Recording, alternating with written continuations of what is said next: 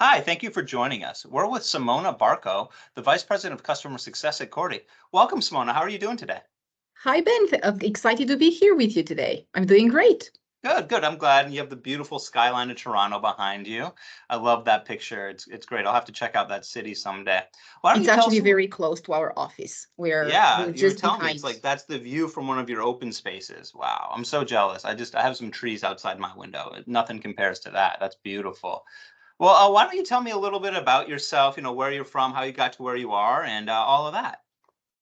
I'm okay, a little bit about myself. I'm Romanian, but I moved to Canada with my family a few years ago actually, and I'm enjoying the Toronto, let's call it summer for now, kind of already almost winter. I've spent over 20 years in software, in various roles ranging from software development to professional services, product management even. And in the last 4 or 5 years, I found my home in customer success. And that's really because I believe success is at the middle of everything customer related. And I like the interactions. I get my energy from meeting customers and understanding their goals and making sure they value out of the software we're giving them.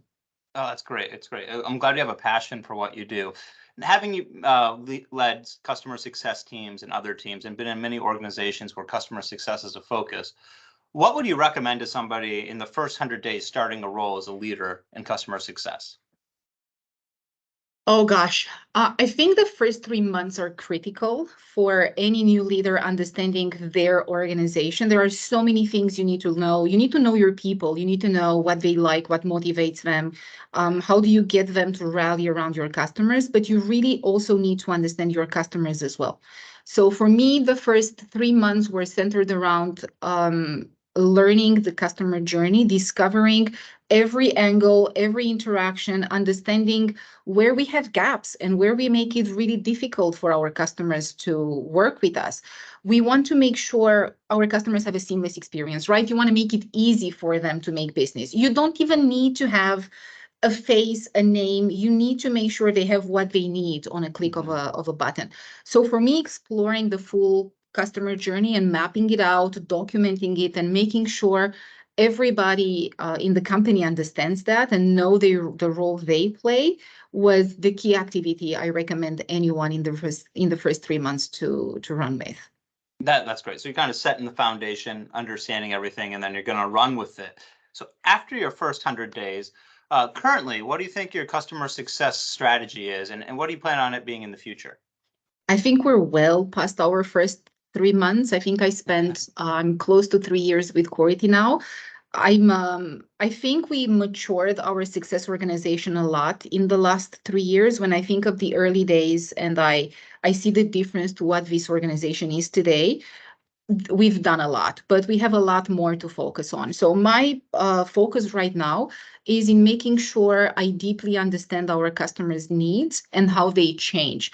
We track a lot of trends, so we need to understand not just how our customers think or feel in this particular moment in time, but how is that changing from what it was 6 months ago, 9 months ago, 12 months ago. I'm crazy about understanding customer behavior and trends, which is a little bit less traditional. So it goes outside of Net Promoter Score or CSATs and just measuring everything in the life of your customer on on a moment basis. And it goes into making sure they stay with us for many, many years. And we understand how that relationship evolves. There's highs, there's lows, Mhm. and being with them, truly partnering with our customers along their journey is very important to me. So right now, I'm trying to understand how those trends evolve. When is the best time for me to get alerted when something is happening? I usually often say, you put together early warning systems. You need to understand when an account shifts from happy and green to maybe yellow and not so Mhm. stable towards red.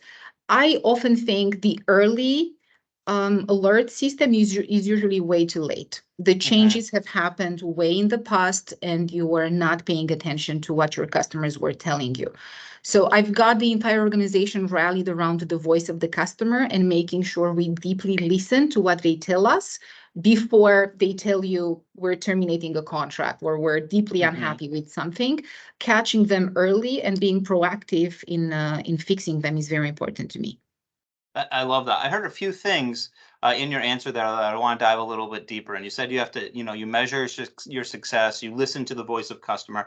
Can you go a little bit deeper on how you measure this success? How do you get those early warnings? Like, what are you doing? Are you establishing listening posts? Like, what's your strategy for that? So we're doing a lot of things, right? We measure a lot of things, and we measure the traditional, I guess, operational, net promoter scores, CSATs, also all of the financials, retention rates of all kinds, and churn rates and whatnot, right? So we have a very mature organization from that perspective.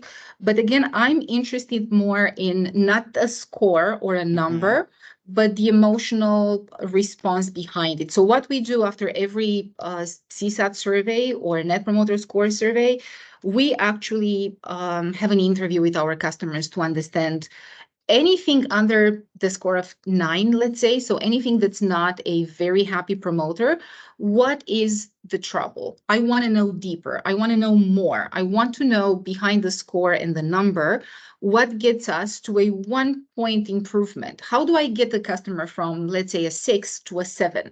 What is their thought process? And I'm more alarmed when I see a customer who gives me a 6 today was a 9 or a 7 yesterday. So how do I make sure our customers, as they get more and more accustomed to us as a company and to our product, they stay at that level of advocacy and happiness, and they actually grow that and they become lifelong partners for Cority. That's very important to me. So kind of a long-fledged answer, but I hope you got that. So for every single customer, we look at their trend along the years, not just at their moment in time. So when we understand how their relationship is evolving, I need to understand the history before we make a judgment call around how is it really going on right now. That makes total sense. And I can tell while Cordy was so lucky to win the Customer Hero Award last year. That was exciting. Tell us, I mean, I've heard so much about why already, but why don't you tell us a little bit more about how you guys were awarded that honor? So I think it went around our Net Promoter Score campaign. A couple of years ago, our campaigns used to be kind of once in a year. We run a massive campaign. We survey all of our customers, and that gave us a rich number of surveys, but it's a one moment in time. So when I joined, I don't want a moment. I don't want moments. I want journeys. I want to know a story, right? So I needed daily responses. I needed to get a higher volume of responses, but coming on a very frequent basis, not just once a year. So we stood up our evergreen Net Promoter Score campaign. There is methodology around when and how we're surveying our customers and how do we dive deeper into the responses they provide to us. We also did something that I'm very passionate about, which is with every survey that you respond, that you give us, we give you something back, which is a symbolic donation that you get as a customer to choose how do you want to spend it.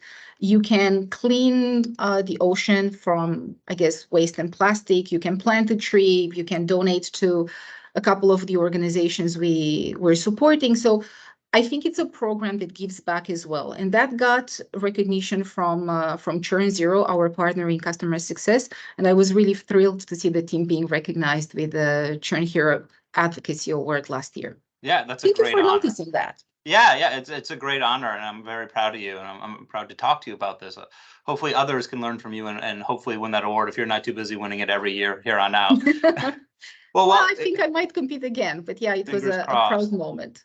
Yeah, good. Well, with all the success in customer success, I'm sure you have some pain points. Why don't you talk about what those are? Oh, never have a single no, pain kidding, point. kidding.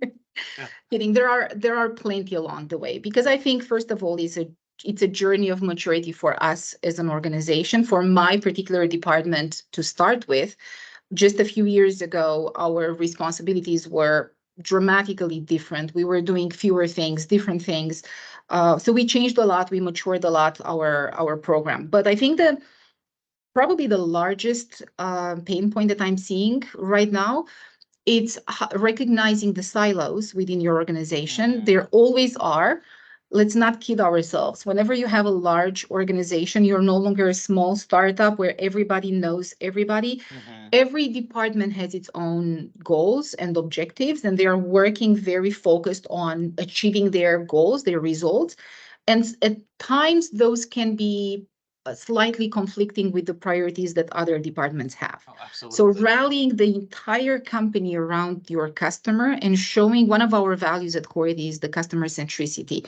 Showing that value in practice takes a lot of patience and a lot of determination to make sure we all follow the same principles. I know when I joined Cority, in one of my initial discussion with our CEO, who's a phenomenal guy, he told me, if you take care of your people, they take care of your customers, then the business will take care of itself. And I truly believe that's true. I think we have fundamentally grown a great team who cares about our customers. So ruthlessly prioritizing their needs and making sure we can deliver to those expectations, it's really the problem I see every day. We have to fix that every day. So you mentioned it can be difficult in your organization because there's silos. And I know I've come from organizations that have plenty of silos where I'm fighting for budget and attention even from the C-suite. So what do you do to get buy-in from the leaders in the C-suite in your company? See, I don't have that problem. It's very hard for me to kind of say, what am I doing to get their attention? I think one of the advantages we have, it's actually we have a small leadership team. And everybody was hired kind of following the same principles. You have to stay true to your customers. You have to be customer centric. So from the chief financial officer to the chief revenue officer, again, we have different priorities. We're growing a business, but the customer is the number one priority. Making the right thing is the right priority. So honestly, that has been a very easy part of my journey with Cority, because I had all of the support just as I walked in the door of the organization to do the right thing for our customers. Probably other people will have different challenges. This is just not one of the ones I have. Well, that's great. That's great. I'm glad you found a great organization that really does have a focus on the customer, which I feel is the key to all companies, right? In my opinion, with businesses, you're not selling a product or a service, you're selling happiness, and people will come back if they're happy. So do you have any specific examples of how you've used customer success to improve your company? So first of all, our feedback, the voice of the customer, the feedback we're getting from customers, be it on our support processes or the product, features that are feature requests that are coming from our customers, any sort of feedback that comes to us, we make sure on a monthly basis the entire team knows about it. So we have leadership calls, we have senior leadership meetings where we just discuss what's coming out of the customer voice. We also do customer boards, and so we understand deeply from our customers what are their priorities and how their intentions are shifting and what they need, how they need us to accommodate. We've been around, Cority has been around 20 something years. So you have to change, you have to adapt. Our customers are changing, and COVID has changed so much, right? So for us to stay, to grow, to continue to grow and stay in business, we actually had to change a lot for our customers as well. So we have a fully, I guess, developed chain of enforcing the customer feedback, making sure it's heard in all the right places. All of the individual departments have goals around customer retention. We recognize that, getting a new logo, acquiring a new customer is so exciting. It's also so expensive, and it's so hard to do in the same time. So it's actually critical to make sure your existing customers are well taken care of. It's actually more critical to take care of your existing customers than maybe acquiring a new customer. So every part of our organization has some sort of KPI that's related to the net retention rate or to the churn rate of our customers, more than the adoption of new customers, the acquisition of new customers. So I guess that's a way of rallying the troops around you and making sure your goal is everybody's goal. I love that. Makes sense. You guys are such a customer-centric organization.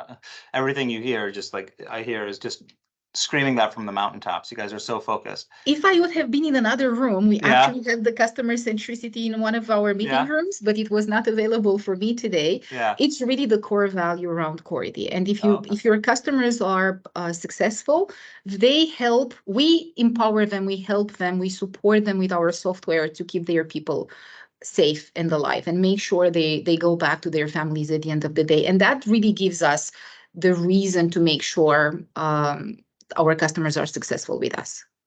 Awesome. That's awesome. I heard a little bit there about how, you've had to change your customer success, and COVID kind of mixed things up a whole bunch. What do you see as the future of customer success? I actually joined Cority during COVID. So for me, it was a digital onboarding, a digital everything. I think I met my first Coritier 8 months into my Cority journey. That's when I realized this company is alive. They were paying my check, right? But they're alive. There's actually humans behind it. I find the future to be more and more centered around self-help and self-care for ourselves, but our customers as well. I find my goal is to make sure the customer success organization is redundant. You don't need a CSM. You need to be able to troubleshoot your problems and get your answers fast without even touching, having a conversation with a human being. Mm-hmm. So if I can make every interaction with our customers, every troubleshooting event, every search for information really, really easy. So by the time you open a window, let's say on our user community, and you type that you're looking for some sort of help, by the time you finish typing that, you already have your answer. To me, that's the ideal. We will always have a person behind it. We'll always have people just keeping an eye on how our customers are doing. But you recognize you don't scale if everything you do requires a person behind it. Our customers are complex and they use our software in complex ways. They have, needs and requirements that are very complex as well. So having one person to respond to everything, it's practically impossible. Yeah, absolutely. So we're growing that community. We're growing every day. We're developing articles, knowledge articles. We want to make sure they get the information at their fingertips without even having to call our CSMs. Yeah. I love that. That's the answer I hear from everybody is, we're just trying to make it so you can find your own answers without having to ask anybody, because nobody wants to call anybody when they have a problem. They just want self-service. Exactly. And you guys are standing behind it. I have a couple more questions before we get out, but these are the easy ones. I like the softballs at the end. All right. So what else should we know about you? What else do you have going on? Is there anything else you want to talk about? Oh, nothing much. Just 3 kids at home, one of them getting ready for university, which is exciting and scary in the same time. So I've got 3 boys from the age of 7 to 18 now, which makes it a kind of a full house. I know you have a pair as well. You know how those go. Yeah. I'm passionate about customer success and customer experience. I'm a coach for growth experts as well, trying to build new generation of customer success managers, making sure I pay my contribution to the customer success society, because I feel customer success is, however, still new. And every company I talk to, every CSM leader I see, they organize themselves in a different way. Their responsibilities are slightly different. There's nuances everywhere. So I want to make sure I grow that team of expertise, and I help others grow as well. That's my other passion around customer success. It's very altruistic of you. I love that.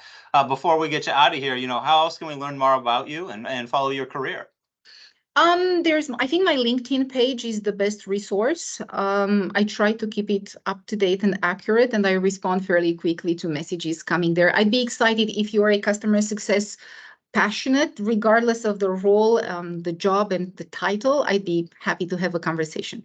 Well, that's awesome. Thank you so much for joining us today. I really appreciate your time. You have a great day. Ben, it's been my pleasure. Have a great day as well. Talk to you soon. Bye-bye.